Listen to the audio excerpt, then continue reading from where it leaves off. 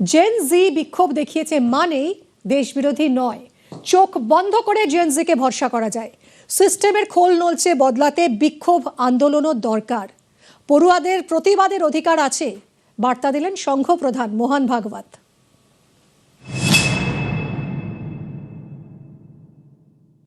बच्चे जो भगवान का स्वरूप है उन पे कई बार लाठीचार्ज होता है, पैलेट गन फायरिंग हुआ था, तो आपका क्या मानना है ये होना चाहिए? ये जो बातें है ना जी, जिसके लिए जो जानकारी चाहिए मेरे पास नहीं है, लेकिन इसको देख के कहाँ गड़बड़ है ये तय करना पड़ेगा। मैं अभी ये नहीं कह सकता कि क्या हुआ क्यों हुआ, सही गलत मुझे भी मालूम नहीं। आप भी पढ़कर बता रहे हैं, मैं भी पढ़कर बता रहा हूँ। आज सुबह मैं आ रहा था तो कुछ मॉड्यूल्स वगैरह इसमें घुस गए, उनका कुछ भंडाफोड़ वगैरह इसी न्यूज़ में पढ़ रहा था। वो कितनी सही है नहीं है मुझे मालूम नहीं, लेकिन मुझे अगर आंख मूंदकर विश्वास रखने के लिए कहा तो मैं जैन जी पर विश्वास रखूंगा। क्या बात है।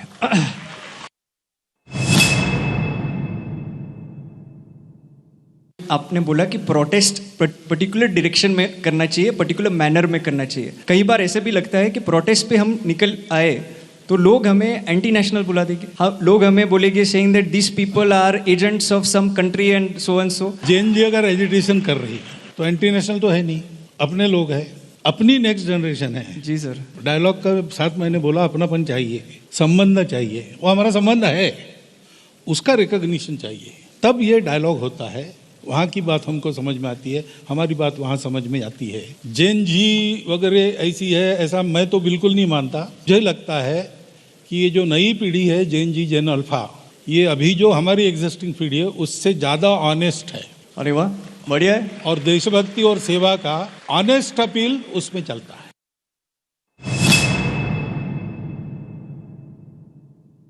ये पूरा आंदोलन हुआ था तभी मैंने एक प्लैकार्ड लिया था, not for CJP, not for BJP, I am for education, how many like me. Sir इसमें सुझाव हम लोग ने दिया था कि please form a committee of experts, and वो कमिटी ऑफ एक्सपर्ट्स बनाई गई जो ए पॉलिटिकल कमिटी है सर। पर 2024 में भी ऐसी कमिटी बनाई गई थी, राधाकृष्णन सर की कमिटी।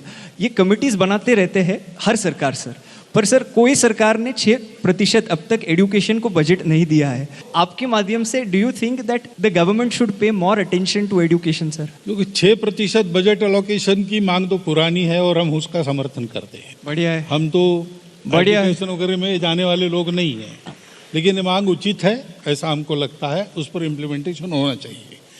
अब सरकार के द्वारा ठीक इम्प्लीमेंटेशन हो इसके लिए क्या क्या करना चाहिए, केवल वो करने से नहीं होगा, क्योंकि ऐसा तो कभी किसी ने कहा नहीं कि सरकारी पूरी शिक्षा चलाए, तो हम सब मिलके तो चला सकते हैं। स्कूल चलाने का एक बहुत बड़ा प्रयास हमारे कार्यकर्ता भी विद्या भारती संगठन के माध्यम से कर रहे हैं, तो 23,000 अच्छे स्कूल चलते हैं बहुत प्रांतों में, उसका एक प्रेस्टीज है।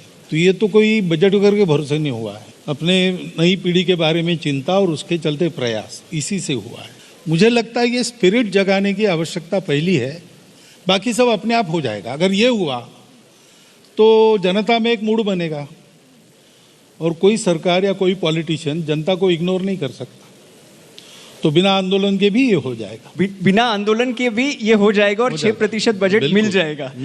अरे वाह, ये सुन के बहुत अच्छा लगा। हाँ।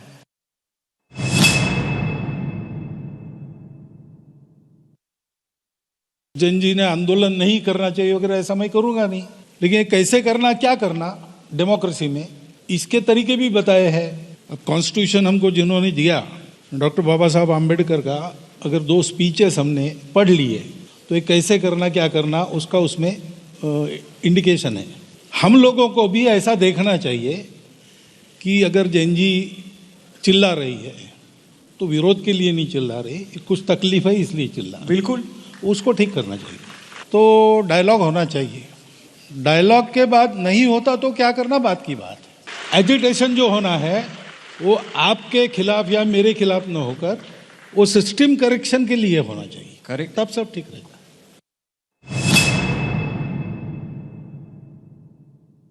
What are the 3 qualities that you think leaders of tomorrow should have? देखिए, लीडरशिप के लिए पहली बात है you have to lead from within, lead by example. तो लीडरशिप यानी टीम वर्क चलाना है। लीडरशिप कहने के बाद हमारे सामने वो चित्र आता है, सामने आ रहा है, भाषण कर रहा है, चुनाव जीत रहा है, लोगों को उपदेश कर रहा है। इससे नहीं होता है। Real leaders are those who remain behind. Leadership is to lead people to light. Leadership is to create leaders.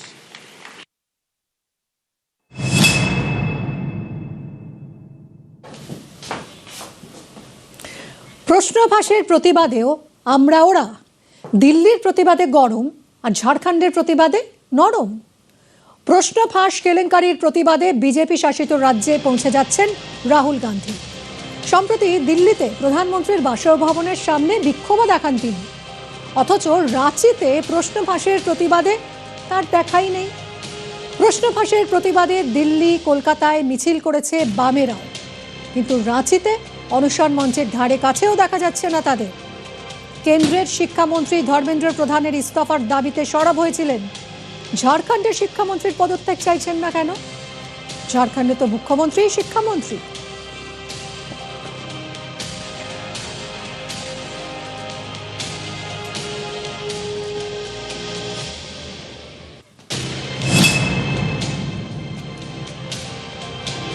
দিল্লিতে গরম, ঝাড়খণ্ডে নরম বাম কংগ্রেস।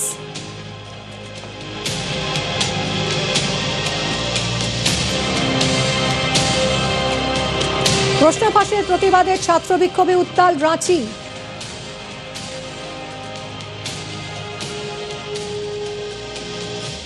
25শে জুলাই থেকে অবস্থান, 2রা আগস্ট থেকে অনশন।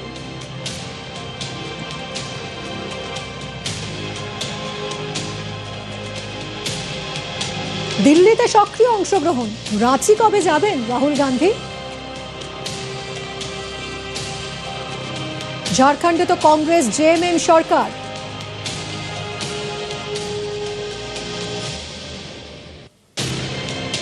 তাহলে কি রং দেখে প্রতিবাদে রাহুল গান্ধী?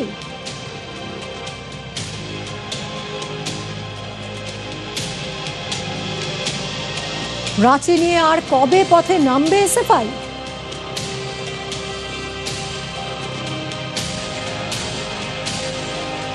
ঝাড়খণ্ডের মুখ্যমন্ত্রী শিক্ষামন্ত্রী।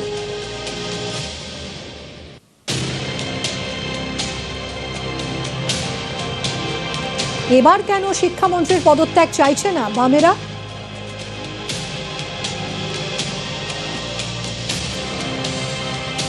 ঝাড়খণ্ডের পড়ুয়াদের প্রতিবাদের মূল্য নেই, অনেক প্রশ্ন সামনে আসছে এই মুহূর্তে। ऐसा है, वहां जो कहानी चल के आ रही है उसमें स्पष्ट है कि झारखंड सरकार ने एक ब्लैक लिस्टेड कंपनी को पूरा काम दे रखा है। जिसे यूपी में योगी जी ने ब्लैक लिस्ट किया, राजस्थान में भी ब्लैक लिस्ट हुई है और उसको पूरा काम दिया हुआ है कई परीक्षाओं का। क्या मतलब है इसका? मैं फिर कहूंगा, अगर वहां नौकरी बिकती है तो राहुल गांधी खामोश क्यों हैं? 2019 से लेकर के अब तक जितनी भी प्रतियोगिता परीक्षाएं हुई हैं, तब से लेकर अब तक परीक्षा प्रारंभ होने से पहले लीक होने का काम किया जाता रहा है।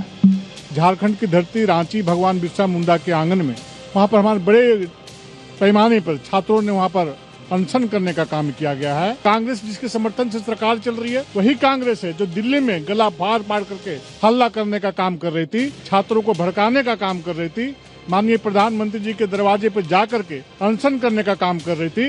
लेकिन आज कांग्रेस का वहां पर मुंह बंद है। राहुल गांधी, प्रियंका गांधी हेगड़े जी को वहां के छात्र देखना चाहते हैं, उनकी आवाज सुनना चाहते हैं।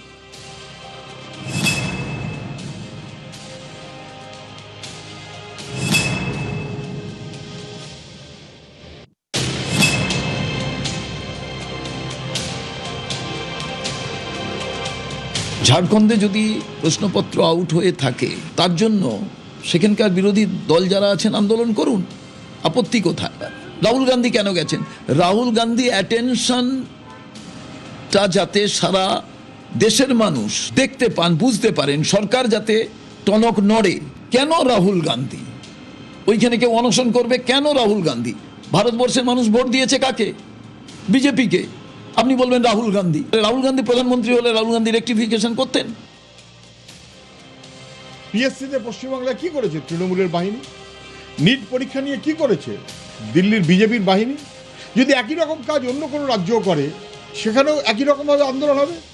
যেখানে যেমন আন্দোলনের সুযোগ, কিন্তু কথাটা থাকবেই, প্রশ্নটা উঠবেই, সরকারকে কৈফিয়ত দিতেই হবে। পশ্চিমবাংলাতে আপনি দেখেছেন, তার চাইতে কেরালাতে বেশি দেখেছেন, দিল্লিতে আরেক রকমভাবে দেখেছেন, ঝাড়খণ্ডেও আরেক রকমভাবে দেখা যাবে। রাঁচির জয়পাল সিং মুন্ডা স্টেডিয়ামে হাল্লা বোম। প্রশ্ন ফাঁস কেলেঙ্কারির প্রতিবাদে 25শে জুলাই থেকে শুরু হয়েছে আন্দোলন। 2রা আগস্ট থেকে চলছে অনশন। প্রবল বৃষ্টির মধ্যেই ত্রিপলের ছাউনিতে অবস্থান বিক্ষোভে বসে আছেন সবাই। ये भ्रामक खबर है, झूठी खबर है। सोनम वांगचुक सर से बात करने के बाद जो मैं जल ग्रहण नहीं कर रहा था, बस जल ग्रहण कर रहा हूँ और अभी भी भूख हड़ताल जारी है और आज 5वां दिन है। कैसे झूठा खबर और भ्रामक खबर फैलाया जा रहा है, ये बहुत गलत हो रहा है। जब तक हमारी सभी मांगे पूरी नहीं होगी, साथ ही साथ झारखंड के समस्त स्टूडेंट्स संतुष्ट नहीं हो जाते हैं।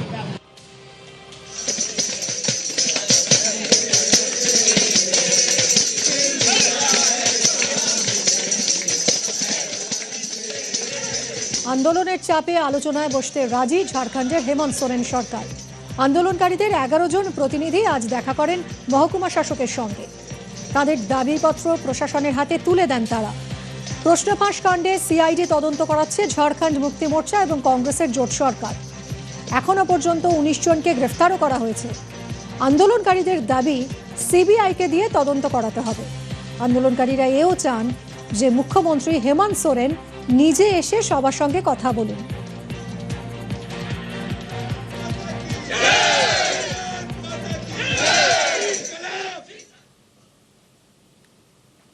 বিহার, মধ্যপ্রদেশ, গুজরাটে বিধানসভা উপনির্বাচন হয়ে গেল। ইভিএমে ভোট গ্রহণ হলো। মুখ্য নির্বাচন কমিশনার জ্ঞানেশ কুমারের অধীনেই ভোট হলো। বিহারে এসআইআর এর পর যে ভোটার তালিকা তৈরি হয়েছে সেই অনুযায়ী ভোট হলো।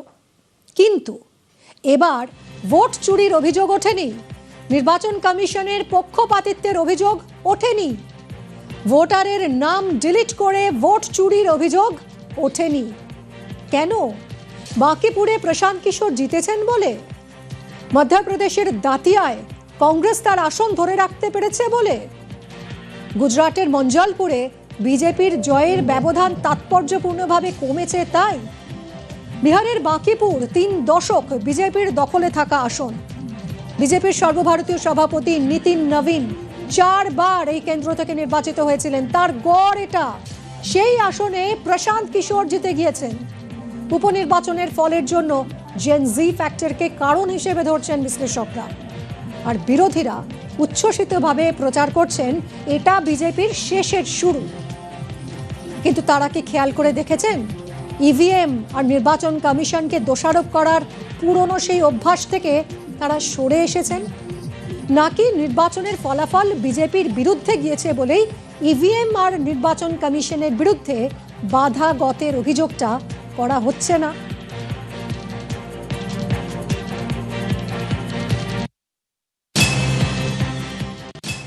বিহারের বাঁকিপুরে উপনির্বাচন হলো এবং যে সিটটা বিহারের বিধানসভা নির্বাচনে বিজেপি বিপুল জয় পেয়েছে, পশ্চিমবঙ্গের বিধানসভা নির্বাচনে তারপর বিজেপি বিপুল জয় পেয়েছে, বিজেপির হাওয়া চলছে। তার মধ্যে বিজেপির বিহারের বাঁকিপুরের উপনির্বাচনে ঠিক উল্টো হওয়া মাত্র কয়েক মাসের মধ্যে, ঠিক যেভাবে মহারাষ্ট্র হয়েছিল সেরকম বাঁকিপুরের উপনির্বাচন বিজেপির 3 দশকের সেফ সিট, বিজেপি সর্বভারতীয় সভাপতি 4 বারের জেতা সিট। সেখানে প্রশান্ত কিশোর, যার পার্টি বিধানসভা নির্বাচনে অত্যন্ত খারাপ ফল করেছিল, সেই প্রশান্ত কিশোর বাঁকিপুর উপনির্বাচন জিতে গেল। যারা ভোট নিয়ে নাড়াঘাটা করেন তারা বলছেন এটা জেনজির আন্দোলনের একটা প্রভাব হতে পারে। তার কারণ গুজরাটেও যে উপনির্বাচনটা হয়েছে সেখানে বিজেপির জয়ের ব্যবধান কমেছে, আর মধ্যপ্রদেশে যে নির্বাচনটা হয়েছে দাতিয়ায় সেখানে উপনির্বাচনটা হয়েছে বাঁকিপুরের সঙ্গে, সেখানে কংগ্রেস গোষ্ঠীদ্বন্দ্ব সত্ত্বেও নিজের সিটটা ধরে রাখতে পেরেছে। মানে জেনজির ভোটটা হয়তো বিজেপির বিরুদ্ধে যাচ্ছে। আর বিরোধী শিবির থেকে উচ্ছ্বসিতভাবে বলা হচ্ছে এটা বিজেপির শেষের শুরু। কিন্তু আশ্চর্যজনকভাবে ভোট চুরি বা ইভিএম নিয়ে কিছু বলা হচ্ছে না, যার মাত্র কয়েক মাস আগে কিন্তু উল্টো স্বর শোনা গিয়েছিল। পশ্চিমবঙ্গে যখন বিজেপি ক্ষমতায় এলো তখন অভিষেক ব্যানার্জি, যিনি লোকসভা নির্বাচনের পর সংসদ চত্বরে দাঁড়িয়ে বলেছিলেন যে ইভিএম কিভাবে হ্যাক করা উচিত সেটা ডেমনস্ট্রেট করে দেওয়া উচিত, অ্যাট র্যান্ডাম কমেন্ট করা উচিত নয়, তিনি বলেছিলেন, বা তৃণমূলের তরফে বলা হয়েছিল ইভিএম হ্যাকিং হয়তো সম্ভব নয়, কিন্তু ইভিএম বদলে ফেলা সম্ভব, তাতে ভোটের ফল বদলে দেওয়া যায়। এবং 170টা সিটে বিজেপি ভোটের ফল বদলে দিয়ে পশ্চিমবঙ্গে ক্ষমতায় এসছে বলে অভিযোগ করা হয়েছে।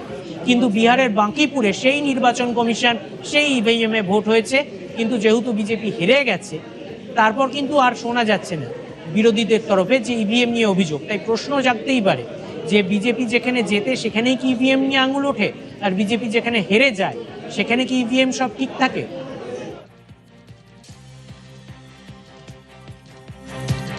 বাই ইলেকশনের রেজাল্ট বেরিয়েছে, 3টে বিজেপি গুজরাটে জিতেছে, বাকি 2টো হেরেছে। এবং তার মধ্যে বিহারে বিজেপির সর্বভারতীয় সভাপতি নীতিন নবীন, তার সিট বিজেপি হেরেছে। মানুষের মনোভাব যেন বুঝবার চেষ্টা করে, তা না হলে মানুষ কিন্তু কাউকে ছেড়ে দেবে না, বিজেপি হোক আর যেই হোক। বিহারের ইলেকশনে জিতলো প্রশান্ত কিশোর, বোঝা যাচ্ছে মানুষের যে ভরসা বিজেপির প্রতি সেটা ক্রমশ কমছে, এবং এটার জন্য যেন অপেক্ষায় থাকে। ভবিষ্যৎ অনেক কথা বলবে, মানুষকে ঐক্যবদ্ধ করে রাস্তায় নামাটাই আমাদের কাজ, যেন দেশ ঠিকমতো করে এগোতে পারে। দেশের পরের প্রজন্মের দিকে তাকিয়ে আমাদের রাজনীতির পরিচালনা করতেই হবে, এর কোনো বিকল্প নেই। সবাই দেখেছেন ভোট চুরি হয়েছে কি হয়নি। পশ্চিমবঙ্গে তো সরকারটাই গঠন হওয়ার কথা তৃণমূল কংগ্রেসের, একে তো বৈধ ভোটারদের বাদ রাখা হলো, ইলেকশন কমিশন ইচ্ছা মতো প্রশাসনিক চেঞ্জ করলো, আর ভোট আর বিশেষ করে কাউন্টিং এর দিন প্রথম 1-2 ঘন্টার পর যখনই ট্রেন্ড বুঝেছে যে তৃণমূলের দিকে যাচ্ছে, তারপর তো ভোট লুট হয়েছে, আমাদের এজেন্টদের বার করে দেওয়া হয়েছে, প্রার্থীদের মেরে বার করে দেওয়া হয়েছে।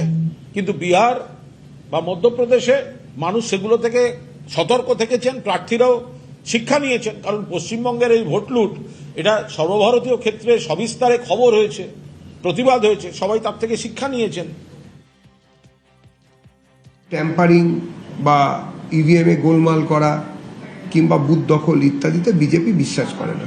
বিজেপি শাসিত বা বিজেপির রাজনীতির সঙ্গে কেন্দ্রীভূত, বিজেপি বিরোধী হোক বা শাসকের আসনেই থাকুক না কেন, ভারতে যত জায়গায় ভোট হয়েছে 2014 থেকে, সেখানে কোথাও কোনো রকমভাবে কোনো গোলমাল হয়নি। কিন্তু পশ্চিমবঙ্গে যে প্রবণতা বারবার দেখা গেছে, এই ধরনের জিনিসকে মানুষ আমল দেবে না। গণতন্ত্রের জয় হবে, মানুষ যাকে ইচ্ছে করবে তাকে জেতাবে। বিজেপি সুকৌশলে তার সমস্ত এজেন্সিকে কাজে লাগিয়ে তারা তাদের মতো নির্বাচন করে। বিজেপি 1-2 নিরপেক্ষ ভোট করায়, বাকিগুলো সবই হচ্ছে নিরপেক্ষতা কোথাও বজায় রাখে না। যেটা নিরপেক্ষ ভোট হয়, যেখানে ইম্পার্সিয়ালিটি থাকে, সেখানে অন্যান্য রাজনৈতিক দল জেতে, সেখানে বিজেপি জিততে পারে না। 1-2 করে দেখে নেয় যে না, মানুষ তো আমাদের জেতাচ্ছে না, তখন আবার চুরি করা শুরু করে। এই 2 জায়গায় নিরপেক্ষ ভোট হয়েছিল, তাই কংগ্রেস জিতেছে, তাই অন্য দল জিতেছে। সার্বিকভাবে আমার মনে হয় সারা দেশের মানুষ এখন বিজেপি বিরোধী হয়ে গেছে।